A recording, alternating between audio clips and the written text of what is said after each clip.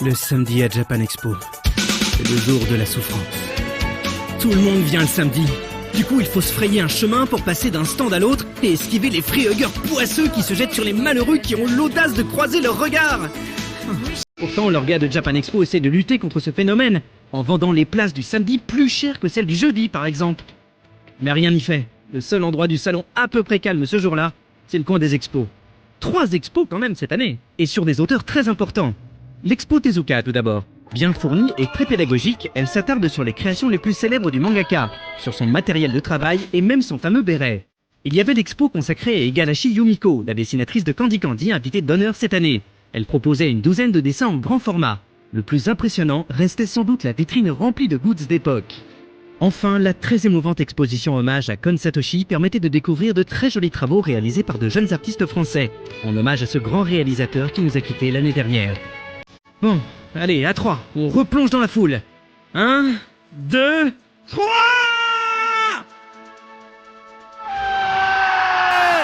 Hey! Bienvenue sur No Life! On est samedi! On va vous parler de Japan Expo, édition 2011! Ça fait plaisir! Et tout de suite, le sommaire! Samedi 2 juillet 2011 à Japan Expo. On retournera une dernière fois au Comic Con pour découvrir un peu plus l'univers du grandeur nature, avant de revenir faire le tour des fanzines côté Japan Expo. On assistera aux performances de Golden Bomber, Iruma Ryoka et Lightning, sans oublier à la finale de l'European Cosplay Gathering. On assouvira aussi les pulsions otak de No-chan, et on finira par jeter un œil aux activités de la Flanders Company sur le salon. Hey Caro, samedi en termes de J-Musique, est-ce que tu peux nous expliquer ce que tu as vu? J'ai d'abord vu Golden Bomber, donc Ouais. un groupe de visu hyper comique. C'est un groupe de hairband aussi, c'est-à-dire que les musiciens font semblant de jouer sur la scène, ils ont leurs instruments mais ils jouent pas pour de vrai. D'accord. Le chanteur chante lui par contre pour de vrai. Ok. Les paroles sont extrêmement comiques, ils font les fous sur la scène. Et D'accord. c'était vraiment extraordinaire, il y avait une foule, mais une foule c'est pas possible quoi. D'accord, bah alors attends, juste vite fait le principe. Le chanteur donc il chante normal, ça je calcule. Les autres ils font quoi? Ils font semblant de jouer aux instruments, ils sont là, ouais je déchire ma gratte et tout. Et ils touchent des sous pour ça? Alors là, faudra leur demander directement, mais je sais pas. Et moi je veux participer à ce airband, je sais pas quoi. En tout cas on a les images. Ah bah regarde ça.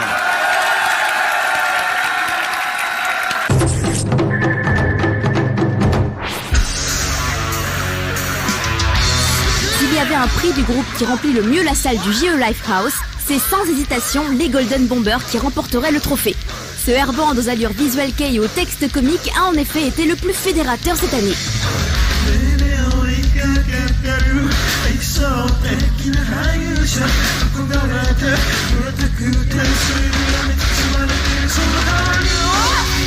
Plus qu'un concert, c'était un véritable spectacle, accompagné de nombreuses chorégraphies simples et de gags en tout genre. Chacune de leurs chansons faisait son effet sur le public, qui suivait à la perfection ce que le chanteur leur demandait.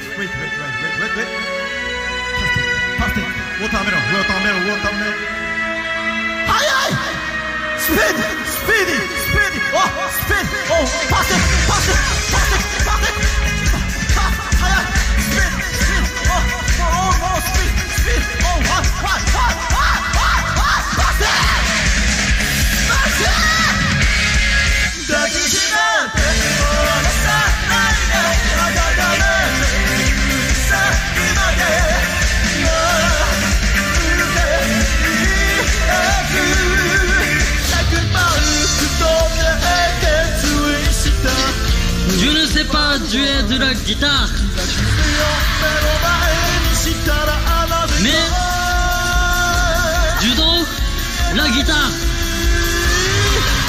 guitareが大好き. Je veux devenir une guitare. Devenir une guitare, certes,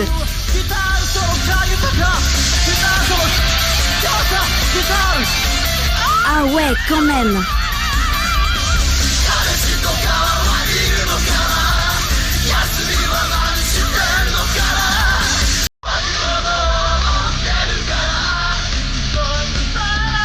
« 45 minutes de pur bonheur plus tard, les fans ont des étoiles plein les yeux et un sourire indécrochable aux lèvres. Voilà de quoi est capable Golden Bomber.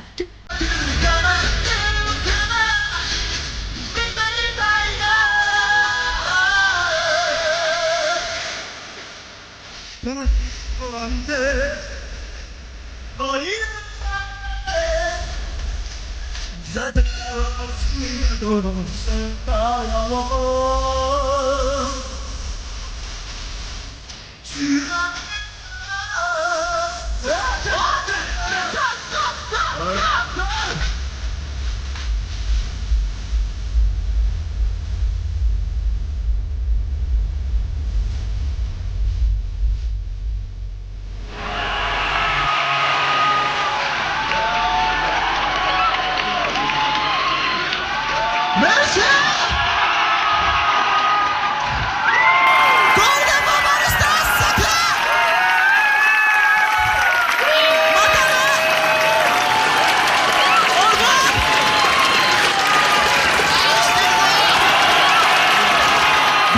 coucher avec moi ce soir?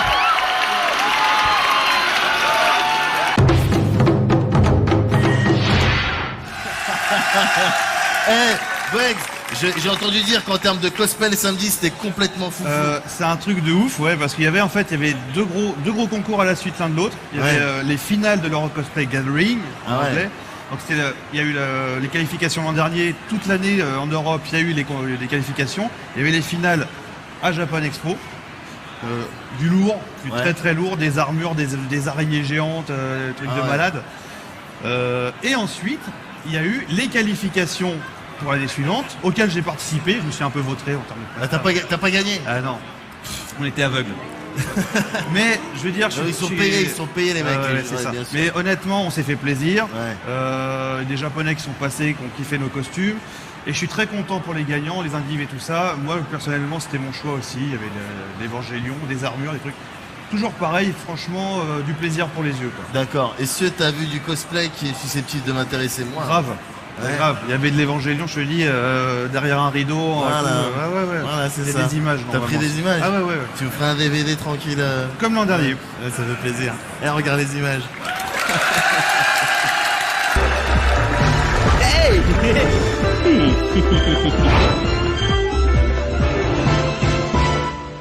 Samedi, en plus des désormais habituels cosplay libres et des passages sur la scène 100% cosplay, le vif du sujet de ce jour-ci était l'European Cosplay Gathering, appelé plutôt par ses initiales le CG, et les sélections françaises. Je sens que je vous ai perdu là, je récapitule. On commençait par la finale d'un ECG dont les qualifications ont eu lieu dans toute l'Europe courant 2010-2011, puis on enchaînait par les qualifications françaises qui définissent le solo et le groupe qui devra représenter la France lors de la finale de 2012.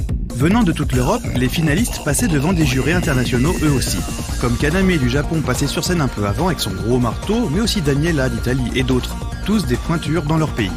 Les concurrents ne se sont pas laissés démonter et firent montre d'un savoir-faire dont ils n'eurent pas à rougir, parfois jusque dans la démesure la plus impressionnante. Force est de constater que pour une première finale, le niveau s'est révélé plus que satisfaisant pour le public présent. D'autant que l'innovation principale de ce concours était qu'il accordait autant d'importance à la prestation qu'au costume dans la notation du jury. Signalons aussi qu'une grande liberté était laissée aux cosplayers côté choix des séries, mais aussi côté prestations tant qu'elles respectaient les règles de sécurité. Les gagnants seront finalement, pour les solos, l'Italie avec son costume de Minerva de Final Fantasy VII Crisis Core, avec un striptease d'armure tout ce qui est plus correct, et le Portugal dans la catégorie groupe avec Shaolan et Sakura de Tsubasa Reservoir Chronicle, avec des changements de tenue sur scène et un respect total de l'œuvre originale dans la presta.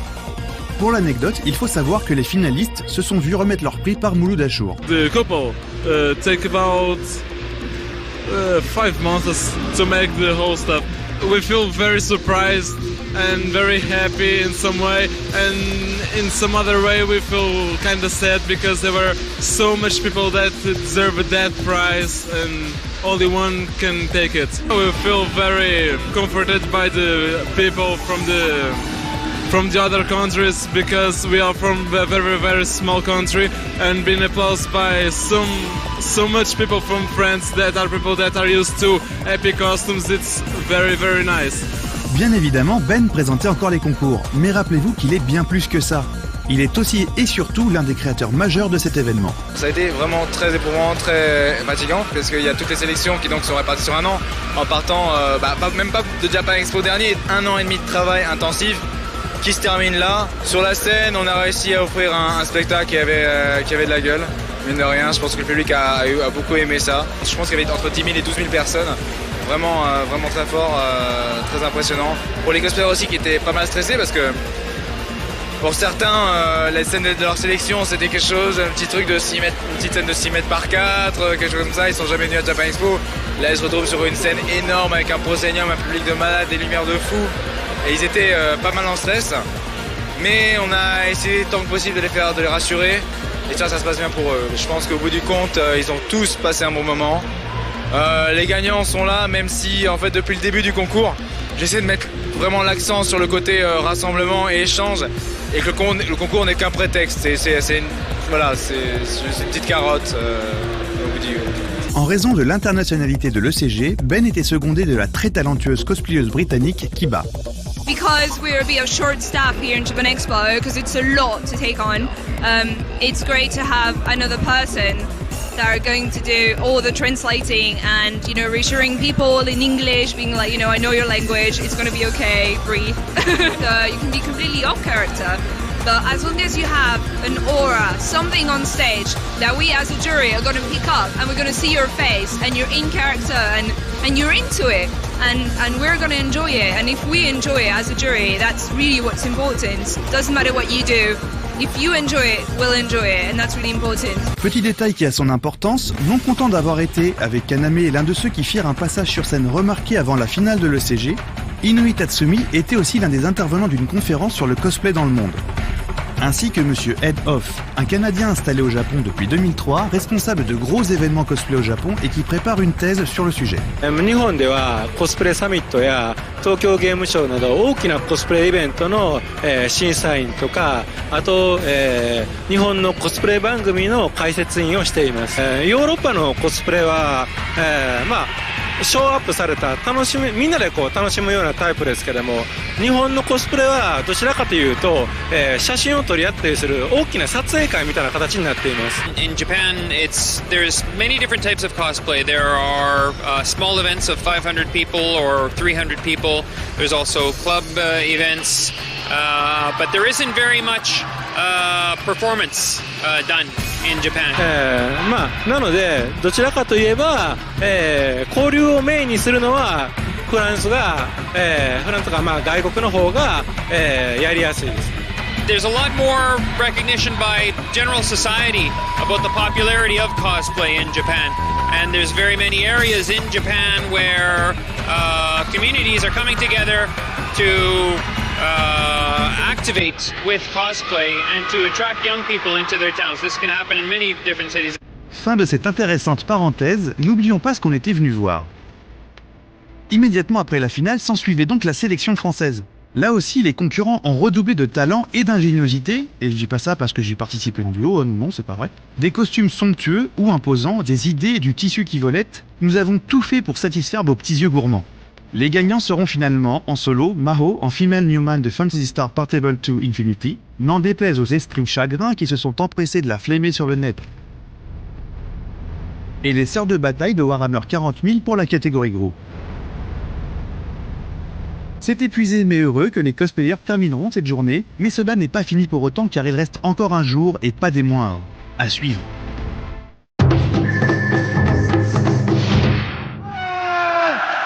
Ça fait plaisir.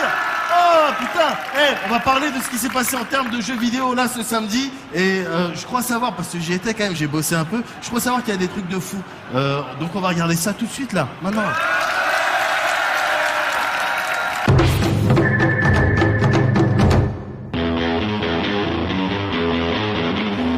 Le stand Namco Bandai Games à Japan Expo faisait bien entendu la part belle aux adaptations de dessins animés tels que Dragon Ball Z Ultimate Tenkaichi, prévu pour la fin octobre sur PS3 et Xbox 360, que l'on connaissait jusque-là sous le nom de code Dragon Ball Project Edge 2011. On pouvait également jouer à Tekken Tag 2 Tournament en arcade, à Dynasty Warriors Gundam 3, mais aussi à Saint Seiya les Chevaliers du Zodiac, la bataille du Sanctuaire, récemment annoncée par l'éditeur et prévue pour 2012. Une vraie avant-première donc, qui constituait l'une des principales attractions du stand Namco Bandai Games. Ce dernier présentait d'ailleurs de nombreuses mises en scène à base de figurines placées dans des décors créés à la main, des décors dont nous parle l'un de ses concepteurs. Je suis Alex du stand Capucin Team. En fait, on est une assoce, un groupe de potes qui s'est rencontrés sur internet sur les forums spécialisés Senseiya à l'origine. Et donc, gros collectionneur de figurines, on s'est lancé dans la création de dioramas pour mettre en valeur nos collections.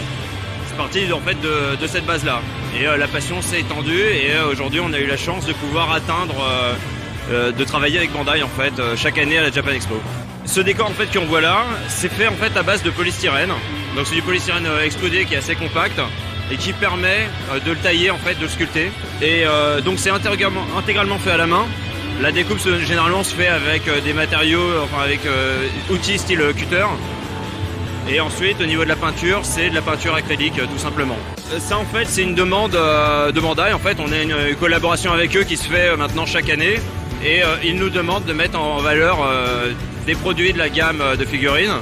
Et là, la mise en valeur, c'était Hades. Dans Hades, dont on voit l'armure, en fait, dans le fond du décor. Et l'idée, en fait, comme j'ai carte blanche pour la création du décor, c'est de proposer un croquis en me basant sur des screenshots, soit de l'animé, soit du manga. Et donc là j'ai repris en fait quasiment toute fin de l'animé, c'est tome 27 je crois du manga, où en fait Seiya et Eki arrivent dans l'intérieur du caveau d'Hades et là découvrent le tombeau, donc j'ai reproduit à l'identique de ce qu'on peut voir dans l'animé, en extrapolant un petit peu et pour que la pièce soit disons cohérente pour la mise en valeur des figurines et puis pour que la scène puisse parler aux fans qui ont vécu à l'époque l'animé, le manga, etc. Bien sûr, en tant que gros fan de Senseiya, nous avons demandé à Alex ce qu'il pensait du jeu vidéo présenté sur le stand. Bon, on va dire que c'est Dims. C'est donc les mêmes éditeurs que le premier jeu vidéo, enfin les deux premiers jeux vidéo qu'on a eu sur PS2 à l'époque. C'est plutôt sympa, ça a l'air mieux fichu effectivement qu'à l'époque. Bon déjà PS3 oblige. Et puis en termes de jouabilité, bon c'est un peu beaucoup les mêmes mouvements. Je trouve dommage que le décor se dégrade pas au fur et à mesure du combat. Ça aurait été vraiment un gros plus. Maintenant, au niveau des textures, de l'armure, on reconnaît tout de suite, on sait où on est. Je pense que c'est un jeu qui va combler tous les fans de Senseiya. Maintenant, il faut être fan, quoi. Outre son stand, Namco Bandai a également fait des présentations sur scène à l'aide de développeurs japonais. Le nom définitif du prochain Dragon Ball, DBZ Ultimate Tenkaichi, a ainsi été annoncé par Nakajima-san devant tout un parterre de fans. Mais cette scène servit également à de nombreux autres événements, comme une présentation de FF13-2, assurée par Julien Chies de Gameblog. A noter d'ailleurs que nos amis de Gameblog possédaient comme No Life un petit stand où ils vendaient divers t-shirts ainsi que de superbes illustrations inspirées de différents jeux, comme Shadow of the Colossus par exemple.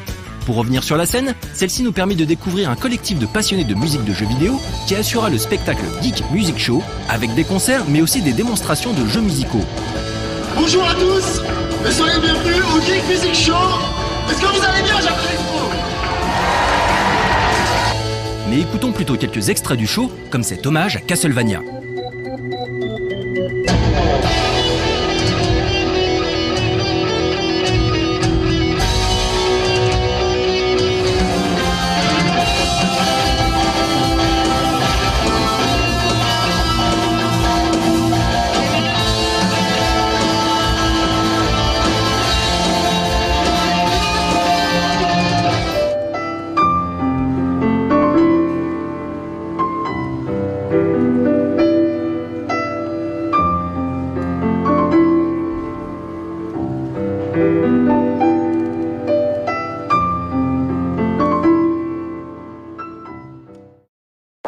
Parmi les gros stands, Sega, Nintendo, Namco Bandai ont trouvé aussi celui d'Ankama, sur lequel nous avons pu poser quelques questions à l'un des game designers de Wakfu, Tonio, qui va commencer par nous parler un peu de son parcours dans le jeu vidéo.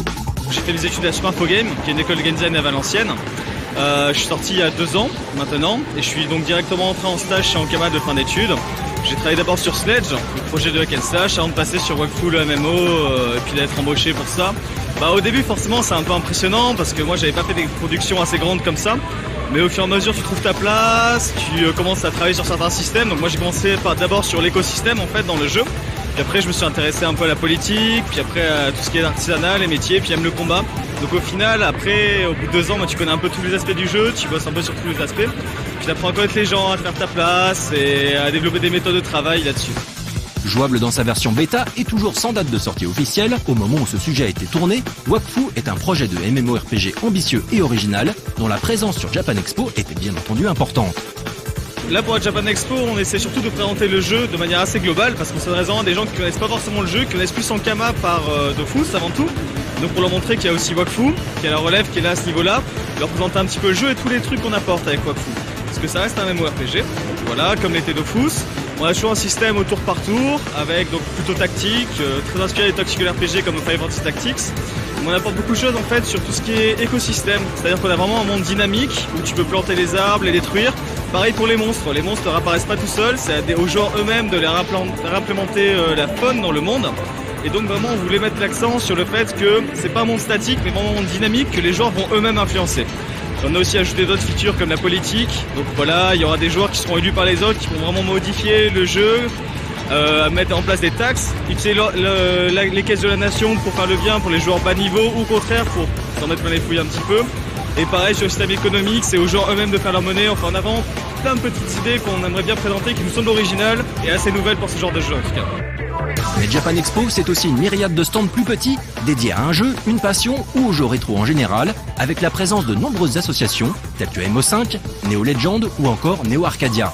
Des stands qui contribuent grandement à l'identité unique du salon, tout comme l'organisation de nombreux tournois autour de jeux PC ou consoles, sur lesquels nous nous attarderons dans notre dernier sujet jeux vidéo, spécial Japan Expo.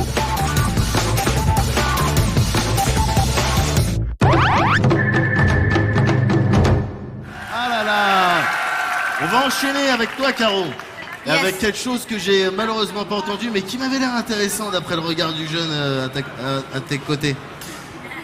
Ok, bah écoute, si tu veux, Iruma Ryoka, donc une chanteuse plutôt gothique Lolita. J'ai du mal un peu à définir son style, mais c'est très intéressant. Elle compose tout elle-même. Elle a un guitariste qui s'appelle Nemo aussi, et ça donne quelque chose, une ambiance très spéciale, un peu dans les contes et tout, car en plus elle a une longue chevelure blonde, ce qui fait qu'on l'appelle beaucoup Rapunzel aussi.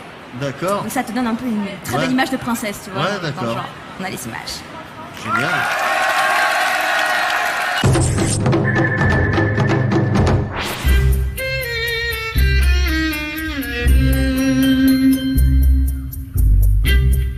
Vêtue de sa robe noire et arborée de ses longs cheveux blonds, Iruma Ryoka avait tout du personnage de conte Rapunzel, plus connu chez nous sous le nom de Réponse. Cette fameuse jeune fille dont les cheveux d'un blond éclatant sont aussi longs que la tour où elle est enfermée. Le ton est donné et une ambiance de conte de fées se crée sur la scène du JO Lifehouse. Bonjour, je m'appelle Iruma Ryoka. 私たちは、幻想系というちょっと独特のジャンルの音楽をやりながら、歌を歌いながら旅をしています。メンバーは私イルマと、ギタリストのネム、そして熊のハニーです。はい、これがとても不思議なお話なんですけれども、私がちょっと雪の降る日にお庭を散歩しておりましたら、傷ついたカラスが下に落ちてたんですね。で、それを拾って看病してあげたら、なんと人間の姿に変身して、そしてギターを一緒に弾いてくれることになりました。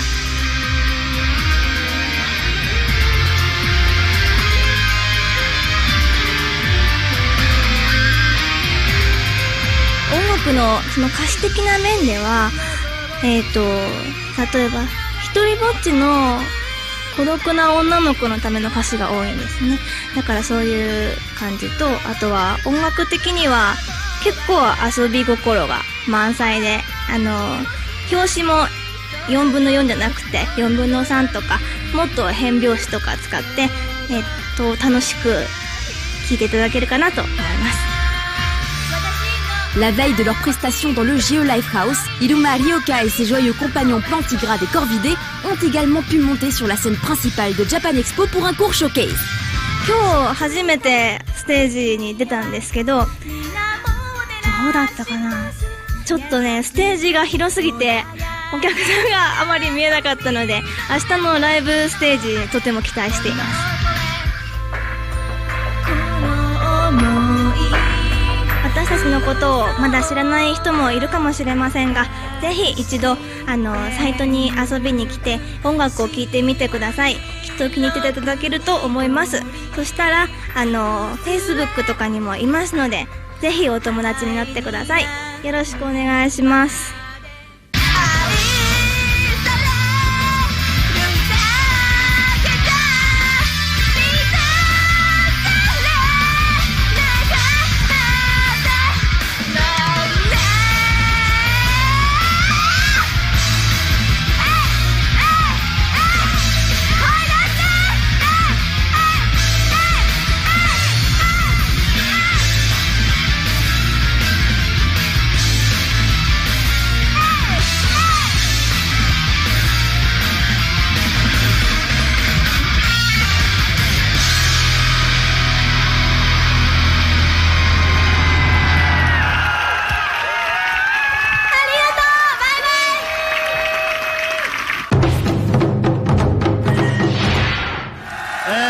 Ça va toujours bien? Vous avez toujours la gouache? Ah voilà, ça fait plaisir. Et maintenant on va parler de quelque chose dont on n'avait pas parlé l'année dernière, mais du coup on rectifie un peu le tir, c'est les fanzines, Anne. Oui, tout à fait. Alors bon, voilà, on n'avait pas eu le temps d'en parler l'année dernière, mais le fanzina, c'est quand même pour ça que les conventions sont nées. Rappelez-vous, au début, les fanzines, ça se vendait par la poste et tout, et puis bon, maintenant il y a Internet. Et quand, une fois par an, voilà, on pouvait rencontrer les gens qui dessinaient les fanzines qu'on commandait par la poste. C'est comme ça un petit peu que les conventions sont nées, et voilà, on rend à César ce qui appartient à César. D'accord, c'est beau. Applaudissez.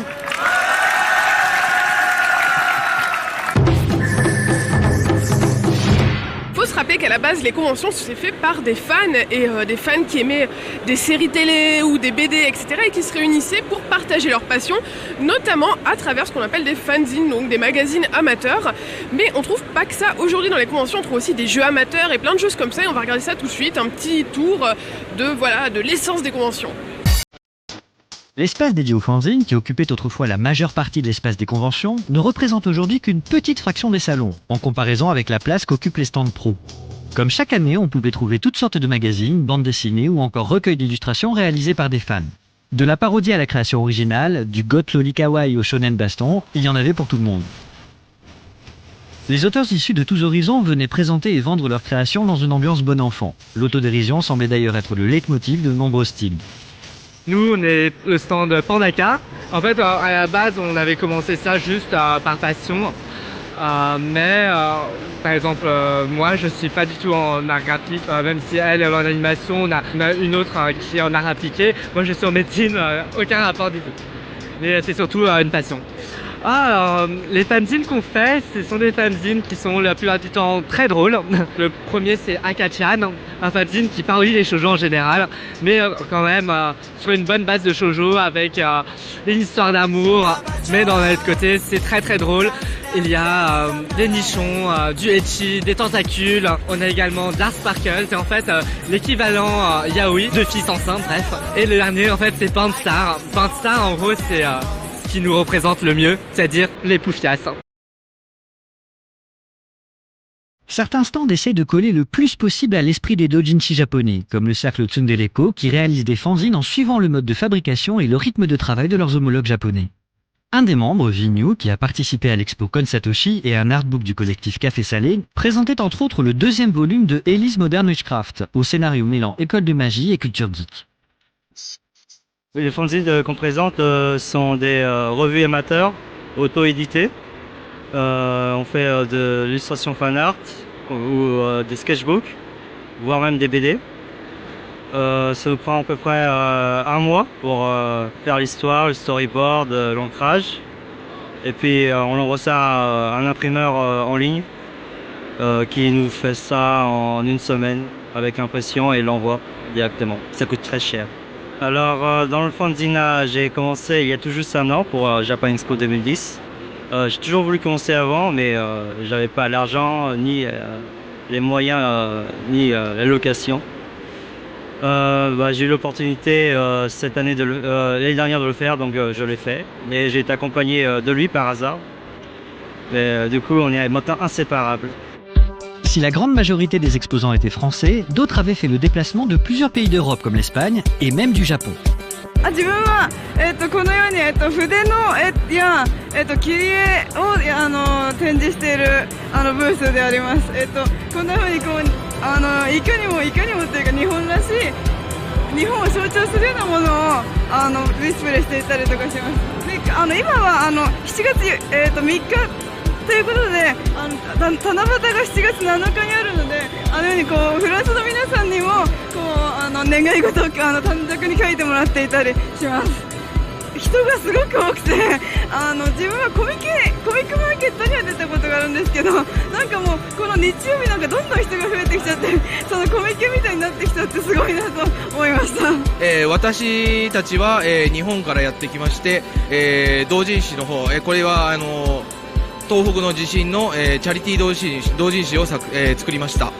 で、こちらの方に書いてるんですけども、日本と、アメリカと、フランスとあとタイの作家さんですねの方に、寄稿いただいてます。例えばですね、伊藤ノイジさん、鈴宮春日の憂鬱のイラストレーターさんですね、にイラストを寄稿していただいたりとかですね、安倍義俊さん、レインとか、ハイバネ連盟とかのですね、イラストレーターさんにもですね、寄稿いただきました。で、こちらの方をですね、ジャパンエキスポの方で通ってですね、アメリカの、アニメエキスポ、ロサンゼルスですね、と、あと台湾の、ファンシーフロンティアというイベント、あと日本のコミックマーケットの方で頒布する予定です。そうですね、企業の方が多いなとは思ってるんですけども、こちらのファンジンのブースは、とても自由、フリーダムだなと思ってます。昔のコミケに近い感じというか、すごく和気あいあいとしていて、すごく楽しめるイベントかなと思っております。La création amateur ne s'arrête pas qu'à la bande dessinée et aux illustrations. On trouve aussi du jeu vidéo. Donc en fait c'est le stand de Yoé. On est une association de développement de jeux vidéo. On avait fait un premier jeu vidéo qui s'appelait Naruto Mini, qui était un petit jeu de combat en 2D flash auquel on pouvait jouer en ligne gratuitement. Et là on travaille sur un nouveau projet personnel, beaucoup plus personnel, avec un univers à nous qui s'appelle Afro Rangers. Le développement de jeux vidéo amateurs, ça demande énormément d'énergie sur une très longue période et il y a assez peu d'équipes finalement qui réussissent à tenir le coup. Nous, ça nous a mis quasiment 3 ans avant d'avoir quelque chose de présentable sur une Japan Expo. Ça fait maintenant quelques années qu'on le présente. C'est vrai que c'est assez rare que les équipes tiennent aussi longtemps dans la durée. Le jeu de baston est bien connu des joueurs en France, ce qui n'est pas le cas du genre visual novel, pourtant très populaire au Japon. Ainsi, des fans traduisent des visual novels en français avec l'appui des créateurs originaux souhaitant diffuser leurs œuvres. Le dernier projet que nous avons eu, c'est Narcissus 2. En fait, c'est donc une préquelle à Narcissus 1 que nous avons déjà traduit il y a 2 ans en fait. Et donc ensuite, notre objectif, c'est de continuer à traduire du visual novel et d'essayer de le diffuser pour le plus grand public en fait, afin de pouvoir montrer au public français l'existence de ce produit culturel qui malheureusement n'existe en quasi-totalité qu'au Japon en fait. Et en dehors des communautés américaines qui commencent à naître, en France c'est vraiment quelque chose de quasiment absent en fait. Alors au niveau des ventes, oui, on a tout vendu en fait déjà. Dimanche matin on était en stock très faible et là on a fini de vendre depuis déjà 11h du matin environ. Donc oui, on a un succès qui est assez bon pour tout ce qui est amateur, etc.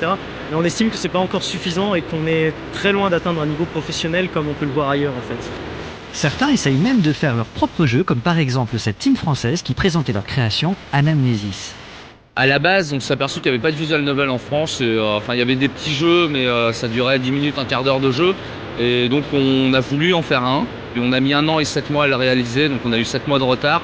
Il y a beaucoup de production à faire et donc il est enfin sorti en début d'année. On s'est aperçu que 90% des gens qui s'arrêtent devant en fait ne connaissent pas, ne savent pas ce que c'est qu'un visual novel. Donc première chose, on est obligé de leur expliquer ce que c'est.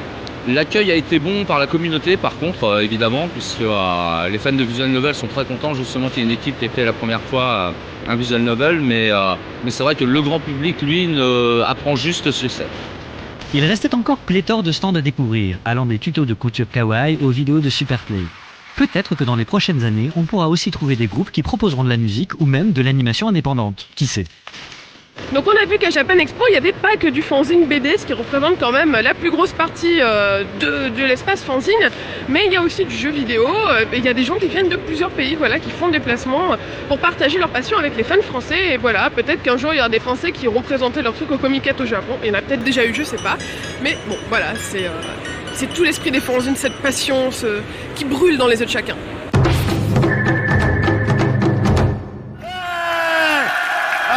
Ça fait plaisir parce que je suis avec copain qui va nous parler. Tu faisais partie des envoyés spéciaux. C'est ça, Médoc. Nochan m'a recruté comme envoyé spécial parce qu'il veut pas sortir de chez lui. Ouais, parce que bon, tu le connais, Nochan, Médoc. Donc voilà, on a été voir parce que Anne, elle a fait l'envoyé spécial avec moi. Ouais. Et donc j'ai été voir les petits goods spéciaux qui viennent du Japon, parce qu'il y a plein de petites boutiques japonaises qui viennent à Japan Expo exprès, vendent leurs goods, et voilà, on regarde tout de suite. Nice.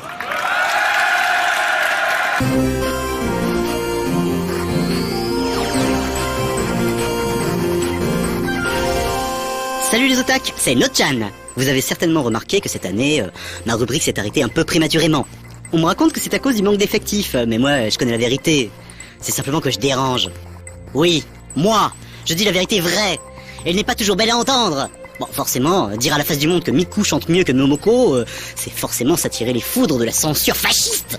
De merde. Bon, aujourd'hui, c'est Cyril, mon envoyé spécial. Bon alors Cyril, où est-ce que tu nous emmènes? Alors je t'ai amené au stand Akihabara Summit, comme tu peux le voir, cette grande banderole. Alors je ne sais pas pourquoi ça s'appelle comme ça, mais en tout cas, il y a plein de petites boutiques qui, à mon avis, viennent du coin d'Akihabara, donc ce fameux quartier des otaku.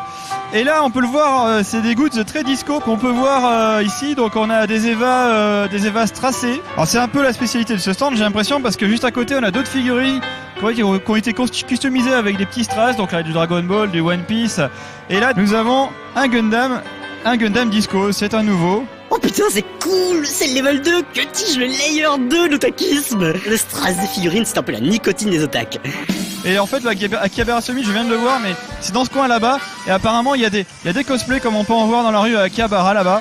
Ouais, super, mais qui es-tu?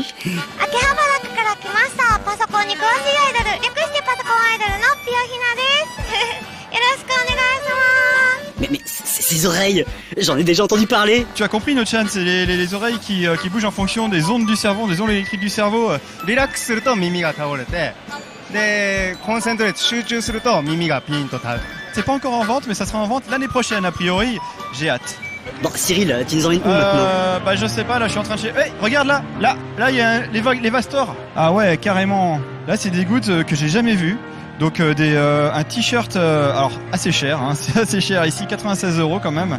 Et c'est un t-shirt, c'est une Eva qui se bat contre une carpe japonaise. C'est assez génial en fait, et c'est brodé dessus en fait. Un jean Eva, hop, c'est génial, c'est vraiment beau. Ah tu vois, il y a des blousons, c'est juste super beau quoi. Par contre c'est super cher. J'aimerais bien savoir s'ils en ont vendu beaucoup. Alors, est-ce que vous pouvez nous expliquer un petit peu qu'est-ce que c'est que cette petite boutique? En fait, c'est Evangelion Store a rassemblé toutes les marques qui travaillent autour d'Evangelion. Donc voilà, vous avez un peu un aperçu de différents articles. Est-ce que ça se vend beaucoup? Parce que les prix sont quand même assez élevés. Les t-shirts partent très très bien. Après, c'est vrai que c'est des vrais fans qui achètent ça et vraiment ils y mettent du cœur dedans, quoi. C'est un vrai investissement et ils l'achètent avec beaucoup de fierté, on va dire. Merci beaucoup. Et alors là, ça j'avais vu tout à l'heure sur un autre stand. Donc c'est une espèce de tie-up entre la chanteuse Meg et Evangelion, donc Asuka qui prend la pose de Meg comme ça. Donc c'est assez génial. Ah ouais, putain, j'avais vu ce clip. En effet, Meg était super kawaii à cheval sur ce cœur géant. Alors là, on est dans une librairie, figure-toi, qui vend pas mal de choses. Alors des artbooks, c'est un peu pêle-mêle. Des artbooks d'animés, on a des Groundwork of Evangelion, les fameux bouquins d'illustration d'Evangelion. Et alors, il n'y a pas que de l'animé. Si on avance un peu, il y a de l'idol. Donc il faut farfouiller un peu dans le Japan Expo. On arrive à trouver des choses qu'on ne trouve normalement qu'au Japon, qui sont très peu importées en France. Et ici, comme on peut le voir, il y a même des magazines. Et ben on peut trouver ce genre de choses à Japan Expo. C'est vraiment au centre du salon, donc c'est assez facile à trouver.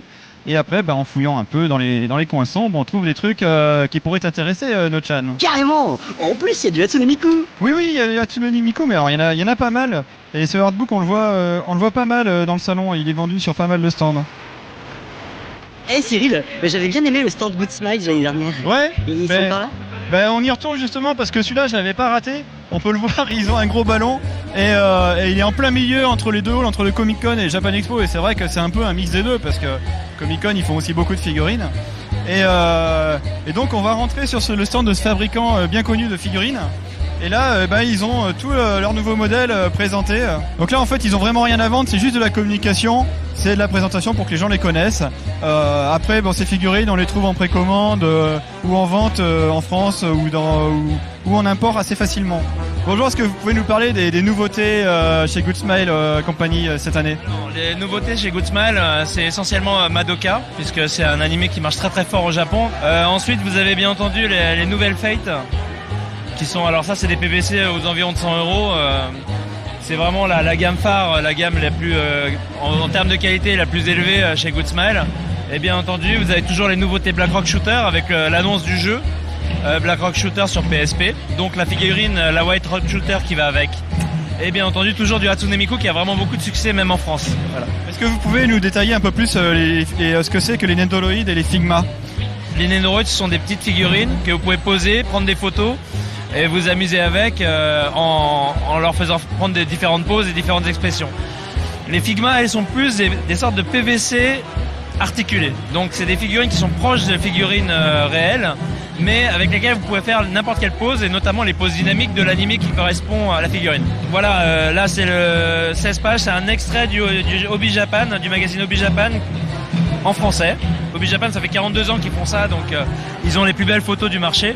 Ils vont aller chez l'éditeur récupérer les informations bien avant leur sortie. Et il y a aussi des dossiers vraiment originaux, c'est-à-dire les dossiers sur les Nendoroid, justement, pour ceux que ça intéresse. Et chose jamais faite jusque-là, le top 10 de la rareté des Nendoroid, voilà.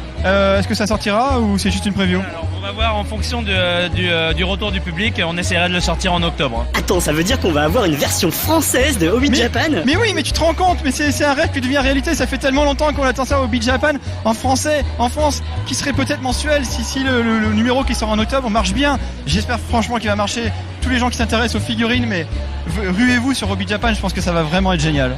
Oh merci Cyril. Bah merci Nochan. Attendez, Hobby Japan en français, je ne sais même pas si vous arrivez à imaginer. C'est comme si Ebichou passait sur TF1 quoi. Bon, à l'année prochaine les otaques.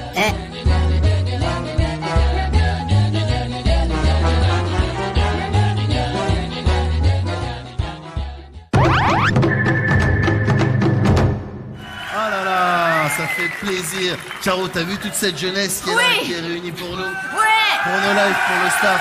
Franchement, c'est vraiment agréable. Et on va continuer notre lancée sur la J-Musique avec... je l'ai sur le bout de la langue. Lightning. Voilà, comme dans FF13.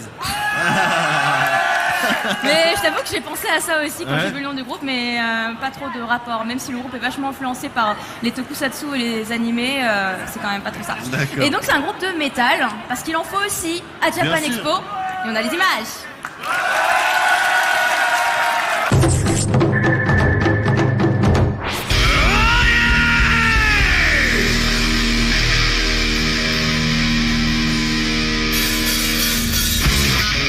Le JE Lifehouse invite tous les styles à se produire sur sa scène.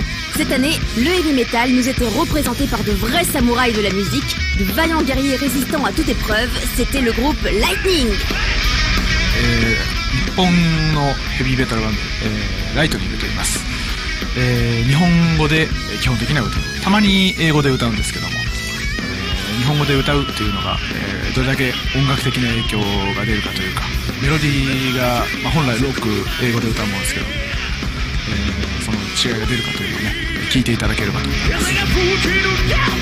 ライトニング、雷って意味じゃないですか。雷のサンダーっていう言葉もあるんですけど、あれはどっちかっていうと音の方らしくて、ライトニングっていうのはなんかその雷の持ってる神秘的な力っていう意味があるということで、それとあとは単純にヘビーメタルが速くて強いっていうことですね。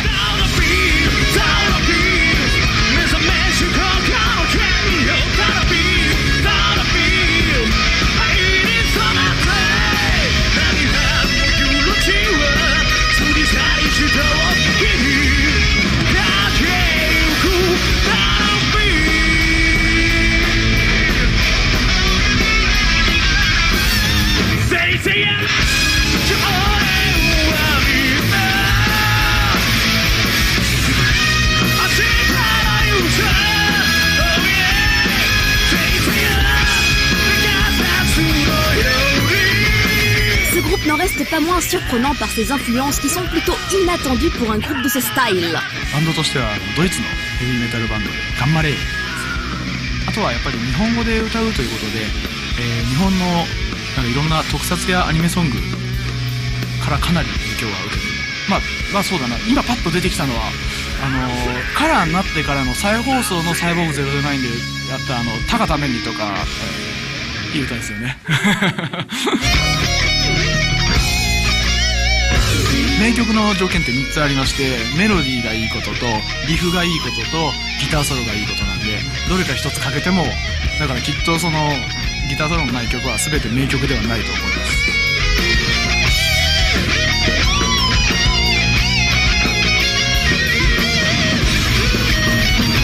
I love バンルージュフランスの皆さん、日本人にしかできないメロディーと、きっとフランスの皆さんにしかできない音楽があるように僕らにしかできない音楽がありますので、それを、今回はこうした大舞台でね、お聞かせしようと思います。この「よろしく」に値するフランス語があるのかわかんないですけど、よろしくシルブプレイ。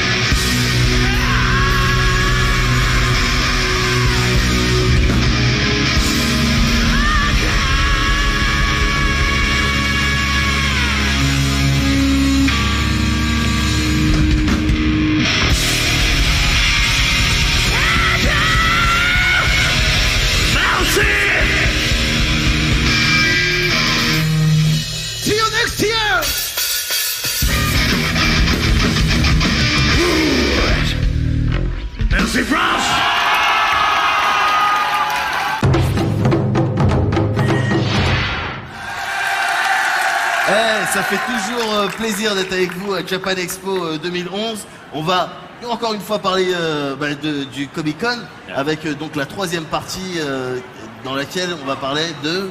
plus spécifiquement en fait des stands de jeux de rôle et de GN qui étaient sur le Comic Con.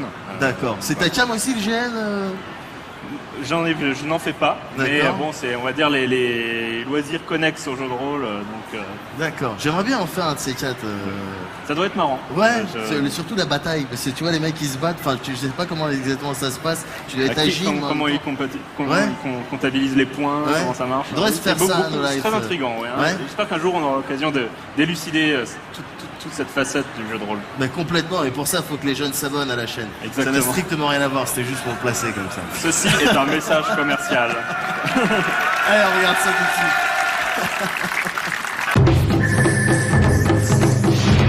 Dans ce troisième reportage consacré au Comic-Con, on va parler d'un sujet qui me tient à cœur puisqu'il s'agit du jeu de rôle. Oui, j'ai essayé de chasser le naturel, mais j'ai fait un échec critique. Et d'ailleurs, le jeu de rôle et le jeu de figurines et le jeu de plateau s'étaient incrustés en force cette année au Comic-Con, comme on va le voir.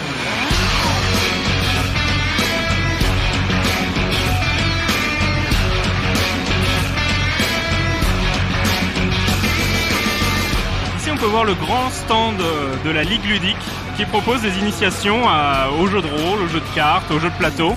C'est un stand très animé avec des maîtres du jeu qui sont là pour s'occuper de l'initiation.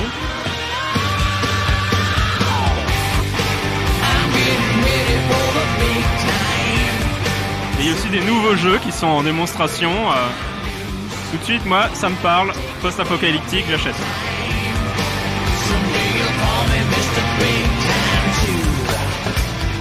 Même Galactica a son jeu de plateau. Et juste en dessous, on peut voir un peu un monstre sacré, à savoir Space Hulk, qui a été récemment réédité en édition limitée. Évidemment, on retrouve aussi les classiques, Catan, les loups-garous de Tierce-Lieu, évidemment. Qui, soit dit en passant, n'est qu'une réactualisation d'un jeu qui existe depuis en fait très très longtemps. Un bon vieux Donjons et Dragons. Il s'agit de la 4e édition, bien sûr. Comme on peut le voir, cette partie du salon est quand même moins surpeuplée que la partie purement de Japan Expo, mais on note quand même que les stands sont vivants, il y a du public. Moi, je vais un petit peu paraphraser ce que je disais déjà l'année dernière finalement, mais moi ça me fait très plaisir de voir toujours plus de loisirs geeks entre guillemets s'inviter dans cette convention qui devient du coup encore plus fédératrice. Donc en dehors du jeu de rôle sur table, comme toujours, le GN a aussi une place importante à Japan Expo, peut-être parce que le GN, le cosplay ont des atomes crochus, qui sait. Et donc on a des stands dédiés au jeu de rôle grandeur nature, à la confection de costumes, d'armes en mousse et autres joyeusetés.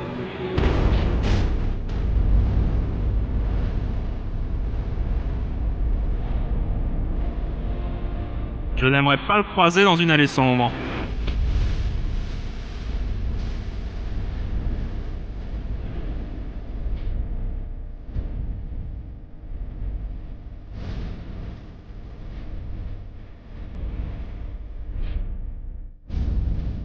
Déjà les années précédentes, on avait noté une incursion du jeu de rôle dans la Comic Con. Ça se poursuit, l'incursion est encore plus importante cette année, j'ai envie de dire tant mieux. Avec pas mal de stands, des tables de jeux, des éditeurs qui sont présents, des boutiques, du GN, enfin bref, il y a tout ce qu'il faut pourvu que ça dure. Viens dans la marmite, on va te manger, viens dans la marmite. Allez, viens. Je crois qu'il est temps de s'enfuir. Mais non, on va pas te manger. On a arrêté de manger des humains, c'est pour le folklore.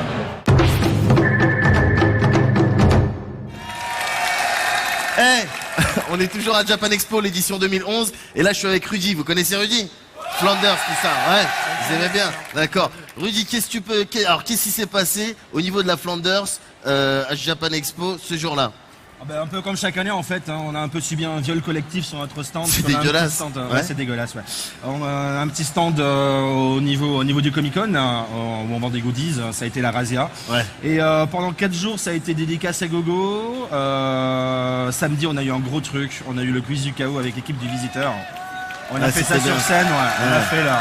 Je crois qu'il y en a quelques-uns qui étaient là. On est comme d'habitude, toujours un petit peu les choucrounes, mais c'était vachement bien, on s'est bien éclaté. Ouais. D'accord. Le public était présent, c'était génial. Donc est-ce que t'as des images de ça ou Ouais, on a des images, bien sûr, on va les balancer. Ouais. Ah bah vas-y, on regarde ça, tranquille.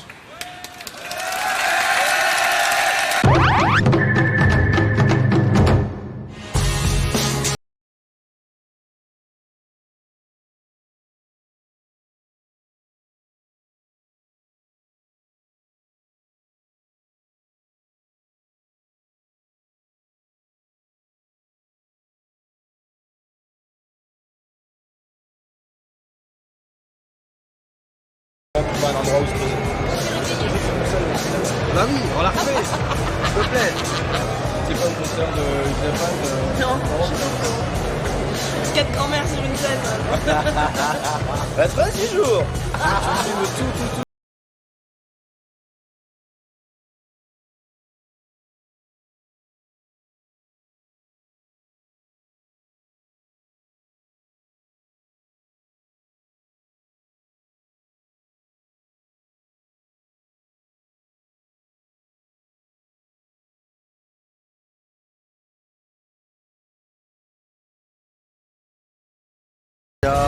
僕のコスモフランデクラーク僕かけサ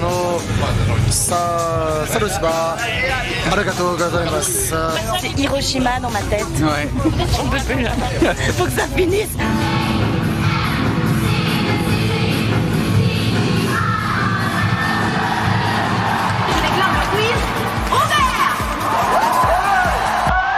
Tu me comprends comme une poêle. Que ce soit supporter sa tête tous les jours au boulot, c'est pas de la taper sur scène, pas sans mauvais jeu de mots.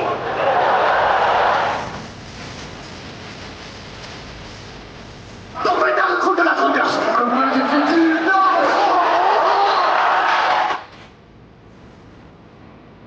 On leur donne de la drogue, c'est pas moi, c'est pas le budget. Non.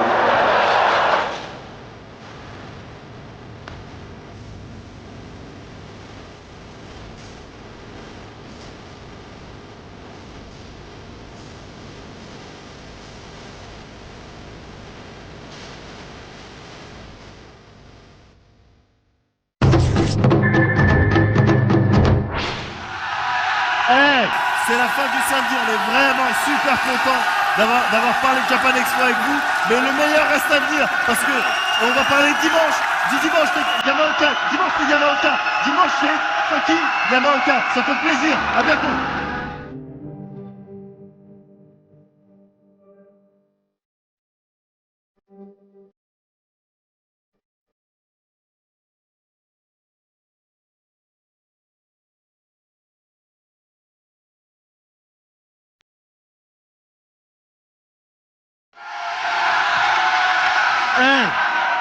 On vous a pas tout montré en vrai. Il reste encore des trucs à voir. Et on regarde ça tout de suite.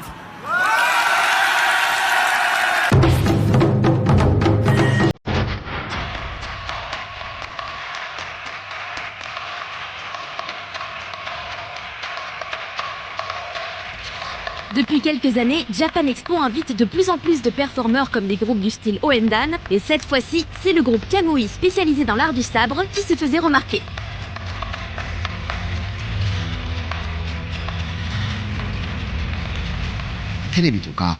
映画のクライマックスシーンとして盾っていうのはあるんですけども、そこだけではなくて、生でやっぱり見ていただいたり、それこそいろんなコラボレーションしたり、アートとしてうまく、これからの新しいカルチャーとして、サムライアクションっていうのは、盾を超えて、何かできないかなと思って、いろんなコラボレーションを今は企画したい。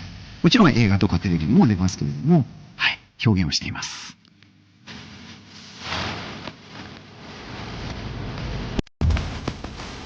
クエンティン・タランティーノ監督のキルビルとか、日本だと、津川雅彦さんの牧野正彦監督という名前でやってます、次郎長三国志とかっていう映画と、あとは出演というか、映像ではそういう形なんですけども、海外のメディアとかですと、フランスは今回初めてなんですが、アメリカだとナショナルジオグラフィックテレビジョンとかで特集を組んでいただいたり、あとはヨーロッパも先月とかですと、そのオーストリア、ドイツとかで、レッドブルさんがやってる番組でヨーロッパに配信されている、番組とかでサムライソードアーティストとして特集していただいたり、あとは舞台ですけど、日本国内だけではなくて、イタリアの国立劇場ペルゴラとか、アメリカですとジョン F ケネディセンターとかで、パフォーマンスをやりながら、ただ、ストリートパフォーマンスとか、ライブハウスとか、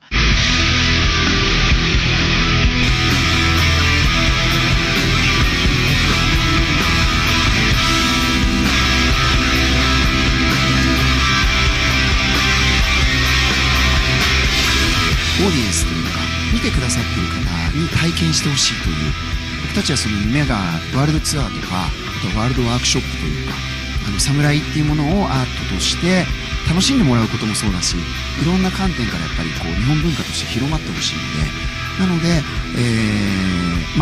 何人もあげれないんですけれども、お一人かお二人ぐらい舞台にあげて、どこの国に行ってもそこでコミュニケーションを取って、侍を体感してもらうっていうことも組み入れて、だいたい30分今回は作ってきました。